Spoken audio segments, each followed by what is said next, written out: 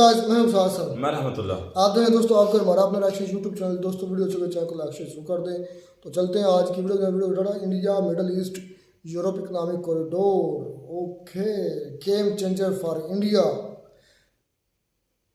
Video देखते हैं क्या क्या इसमें डेवलपमेंट्स होने जा रही हैं। मेरे साथ क्या बताते हैं, देखते हैं वीडियो।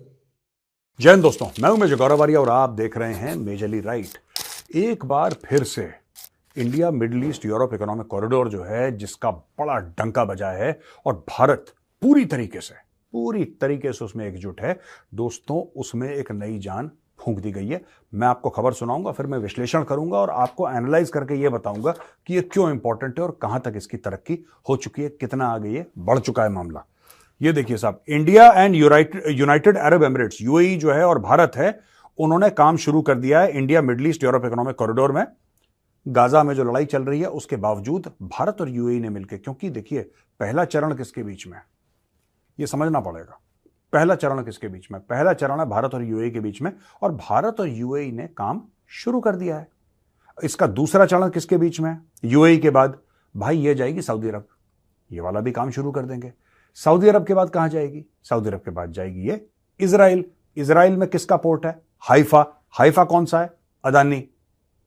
ये वहां से जाएगी, वहां से घुस जाएगी ये ग्रीस में घुसने के बाद वहां से चली जाएगी सीधा वेस्टर्न यूरोप, जिसका हार्ट है जर्मनी।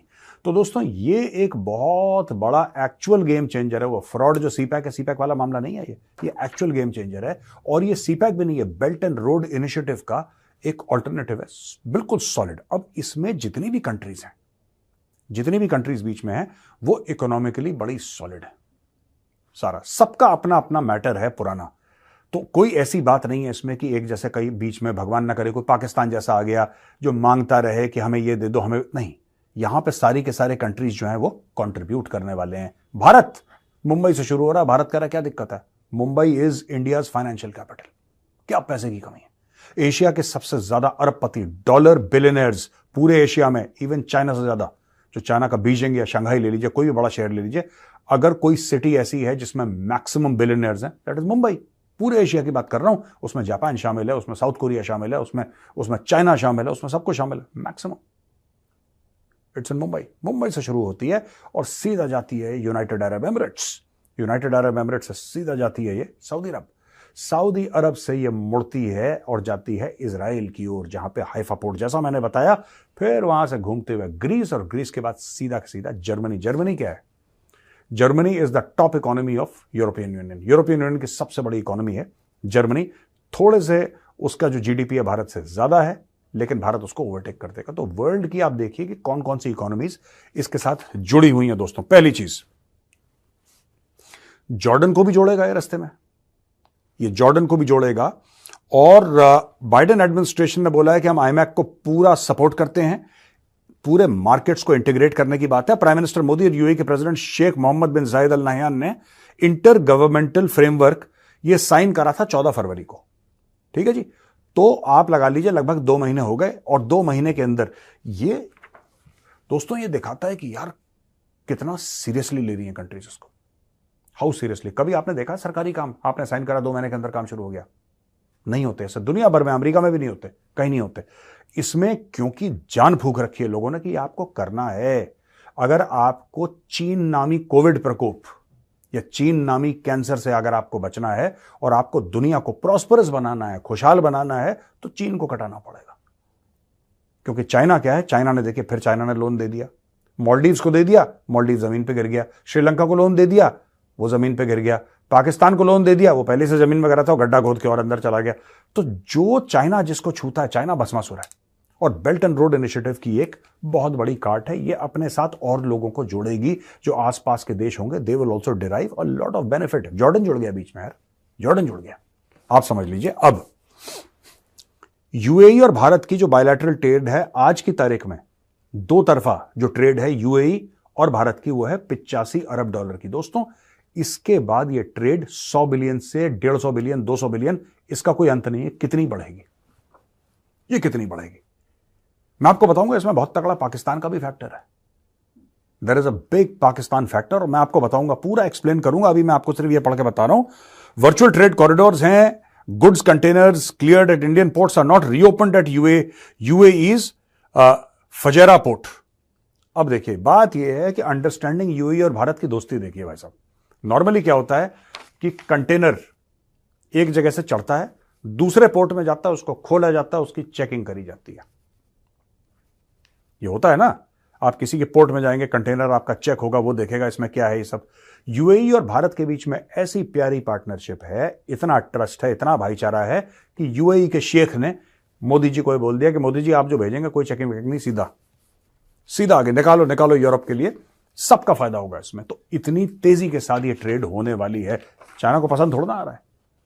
चाइना अपने वो टूटे फूटे ग्लोबल टाइम्स, जिसकी एक दो ही अखबारों पे चलती है चाइना की, जो उसके खुद के खरीदे हुए, उसमें कितना ड्रामा कर रहा है चाइना। अरे ये हो जाएगा, ऐसा हो जाएगा, क्या ये लोग सोचते हैं कि बेल्ट एंड रोड को रिप्लेस कर देंगे। ये मतलब कि चाइना जो है खिसियानी बिल्ली खंबा नोचे का रोल अभी अदा कर रहा है यहां पे। Saudi Arabia's involvement in Middle East politics, particularly regarding Israel and Gaza, is temporarily stalled, but India and UAE are progressing with the IMAC। यानी कि थोड़ा सा बीच में इसका झटका लगा था, और थोड़ा सा बीच में क्योंकि सऊदी अरब और उसके पार जो इजराइल और हमास की लड़ाई हो रही है, थोड़ा सा मामला ऐसा। देखिए ना, बात यह है कि इजराइल हमास की लड़ाई रुक जाएगी कुछ समय के बाद, क्योंकि परमानेंटली तो कोई भी लड़ाई नहीं चलती। कितने बड़े युद्ध हुए, एक ना एक दिन रुकते हैं ना, आज नहीं तो कल, नहीं तो एक साल के बाद, वो तो रुकेगा। प्रॉब्लम है कि धंधा चलता रहता है, ट्रेड चलती रहती है, ट्रेड किसी के लिए नहीं रुकती भाई। और ये ट्रेड वाला मामला अब मैं आपको बताता हूं इसका मैटर क्या है। दोस्तों मैटर ये है कि बहुत पहले भारत का बड़ा मन था, और ये जो पाकिस्तानी अगर कोई देख रहे हैं ना, पाकिस्तानी भाई बहन, तो मैं आपके लिए बात बता रहा हूं, भारत ने बहुत पहले और कई बार पाकिस्तान को रिक्वेस्ट करा था, कि यार हमें राहदारी दे दीजिए, हम सामान अफगानिस्तान भेजना चाहते हैं, सेंट्रल एशिया भेजना चाहते हैं, उसके पार भेजना चाहते हैं। और सेंट्रल एशिया के पार अगर आप चले जाएंगे तो क्या है फिर, ईस्टर्न यूरोप तो है, यूक्रेन तो है ऊपर पूरा, वहां से हम लोग रास्ता बनाएंगे और ट्रेड करेंगे। तो आप अगर हमें राहदारी दे दीजिए तो फिर आप भी इसमें कमाइएगा, हम भी कमाएंगे, आपके भी आवाम का भला होगा, हमारे भी आवाम का भला होगा। लेकिन पाकिस्तानी कुत्ते की पूंछ, टेढ़ी की टेढ़ी, 12 साल नली में रखी, निकली टेढ़ी की टेढ़ी। पाकिस्तानी बोला नहीं, कोई ऐसा मंसूबा, कोई ऐसा प्लान जिसमें भारत का फायदा हो, वो पाकिस्तान को पसंद नहीं है। चाहे पाकिस्तान का खुद का नुकसान हो जाए, एक बार खुद का नुकसान हो जाए, भारत का भला नहीं होना चाहिए। भारत ने रिक्वेस्ट करी, थोड़ा समय के बाद भारत को भी पता लग गया कि यार ये इन्होंने कुछ मानना वानना तो है नहीं, और कल अगर मान भी गए, चलो मैं कह रहा हूं पाकिस्तानी मान गए, राइट, फिर पाकिस्तानी भारत पे आतंकी हमला करेंगे, और भारत जब जवाब देगा ये ट्रेड बंद कर देंगे। भाई ब्लैकमेलर तो हैं ये लोग, पूरी कौम ब्लैकमेलर है, यही काम करते हैं। हमारे पास साढ़े कोल एटम बम है, अगर हमें पैसे नहीं देते तो हम बम फाड़ देंगे, ये तो ऐसी बात करते हैं इनके लोग। And so called Pakistani intellectual talk like this कि हमें कैसे नहीं पैसा देगा वर्ल्ड बैंक, हमारे पास तो एटम बम है। तो ये इनकी मानसिकता, ये इनका माइंडसेट है। आप पाकिस्तानियों से इस मामले में आप बहस नहीं कर सकते। वो जिसको कहते हैं ना कि वो जैसे शादी का फूफा होता है ना, जो हर समय गुस्सा रहता है, हर समय नाराज रहता है, उसकी शिकायत रहती है, शादी का फूफा यार ये गुस्सा ही रहेगा, ये नाराज रहेगा, परेशान रहेगा, ये खुश नहीं हो सकता। अब भारत ने बोला कि ठीक है, भारत ने चाबहार बना लिया ईरान में। पता ही आपको चाबहार के बारे में भाइयों, भारत ने चाबहार बना ली। भारत ने वहां से नॉर्थ साउथ इकोनॉमिक कॉरिडोर, जिससे रूस और भारत ऐसे कनेक्ट होते हैं वाया ईरान, वो कर ली। इसके बनने से क्या हुआ आप सोचिए। इसके बनने से यह हुआ कि भारत जब चाह रहा था कि दुनिया से कनेक्ट हो, तो पाकिस्तान को यह सिखाया गया है, पाकिस्तान के बच्चे को, पाकिस्तान के आर्मी जर्नल को, पाकिस्तान के ब्यूरोक्रेट्स को, पाकिस्तान के अशराफिया को डे वन से यह ट्रेनिंग दी गई है, कोचिंग दी गई है कि भाई तुम्हारा जो जियो स्ट्रेटेजिक लोकेशन है उससे बेहतरीन किसी और मुल्क का है नहीं पूरी दुनिया में, और अगर तुम चाहो तो तुम भारत की ट्रेड रोक सकते हो, तुम ये कर सकते हो, तुम ये कर सकते हो, तुम शाहीन हो, तुम उड़, शाहीन मतलब चील को कहते हैं, कहना गिद्ध को चाहिए लेकिन कहते चील को, कोई बात नहीं। तो कहते हैं कि ये तुम शाहीन हो, तुम ये हो, तुम्हारे बिना ये नहीं होगा। इनको फूंक चढ़ाई। मोहम्मद इकबाल था जो पोएट, उसने भी बहुत फूंक चढ़ाई, फालतू की फूंक, जिसमें कोई बेसर पैर की बात है। तुम शाहीन हो, तुम फलाना हो, कोई शाहीन वाइन नहीं है। लगता है लाइक वन बड़े कबूतर काइंड ऑफ, और एट वर्स्ट सम गिद्ध, but certainly not an eagle. Anyway, तो पाकिस्तान ने जब ये बात करी कि नहीं आप नहीं जाएंगे, ये कि दुनिया भर के ड्रामे उन्होंने करे, तो हमने बोला सरकमवेंट कर देते हैं। हमने ईरान से बात करी, वहां पे चाबहार बना दिया। तो दोस्तों एक तो हो गई नॉर्थ साउथ इकोनॉमिक कॉरिडोर, रूस का पूरा मैटर और ईस्टर्न यूरोप का पूरा मैटर। ईस्टर्न यूरोप का बहुत बड़ा हिस्सा एक जमाने में यूएसएसआर का हुआ करता था। Ukraine what is Ukraine? Ukraine is eastern Europe only. Ukraine तो वही है ईस्टर्न यूरोप का हिस्सा। तो यूक्रेन तो रूस का पार्ट थी एक जमाने में, यूएसएसआर का। तो हमने 2 जो कॉरिडोर्स हैं वो एक्टिव कर दी भारत में। एक तो नॉर्थ साउथ इकोनॉमिक कॉरिडोर जो ईरान के थ्रू, चाबार के थ्रू आएगी, वहां पे हमने वो जरदान है ऐसी कुछ नाम है, नाम बोल रहा हूं मैं, वहां पे रेलवे लाइन भी बना दी भारत ने, पोर्ट भी बना दिया, सब कुछ बना दिया। दूसरा हमने अफगानिस्तान से बोला, अफगान तालिबान से, आप आइए चाबार इस्तेमाल करिए। ईरानियों से उनकी बात करा दी, ईरानियों से हमारी अच्छी बनती है, तालिबान से अच्छी बनती है, हमने उनकी बात करा दी। ठीक है, तो यानी कि हमारे ट्रेड रूट से जो नॉर्थ साउथ इकोनॉमिक कॉरिडोर है उसका फायदा अफगानिस्तान भी उठाएगा, उसका फायदा ईरान भी उठाएगा, उसका फायदा रूस भी उठाएगा, उसका फायदा बीच वाले 1-2 देश भी उठाएंगे, और उसका फायदा उठाएगा भारत, ऑब्वियसली भारत फायदा उठाएगा। दूसरा, जो अभी जो मोदी जी ने यूएई के शेख के साथ फरवरी 14 को साइन करा था, फरवरी 14 को मंदिर गए थे ना वो, बैप्स का मंदिर इनॉग्रेट करने के लिए, तभी पूरा गेम हुआ ये। और अब देखो अप्रैल में काम शुरू हो गया, फरवरी गया, मार्च, अप्रैल काम शुरू, 2 महीने के अंदर कड़ाकड़ गेम ओवर। अब इसमें क्या होगा, पूरा भारत से लेकर सामान जाएगा यूरोप, यूरोप से आएगा सामान भारत, बीच में पड़ता है सऊदी अरेबिया, बीच में पड़ता है इजराइल, बीच में पड़ता है यूएई, बीच में पड़ता है जॉर्डन, बीच में पड़ता है ग्रीस, सबकी एक साथ बल्ले बल्ले। और पाकिस्तान इग्नोर्ड। जो मुल्क अपने आप को यह समझता था कि पूरी दुनिया की शाहरग है, geopolitical importance, geopolitical strategic importance, भाई पाकिस्तान के बिना तो कोई सांस नहीं ले सकता, ये इन्होंने अपने बच्चों को झूठ जो खिलाया पिलाया था बचपन से, आज भारत ने उस झूठ को तोड़ के इन्हीं के हाथों में पकड़ा दिया।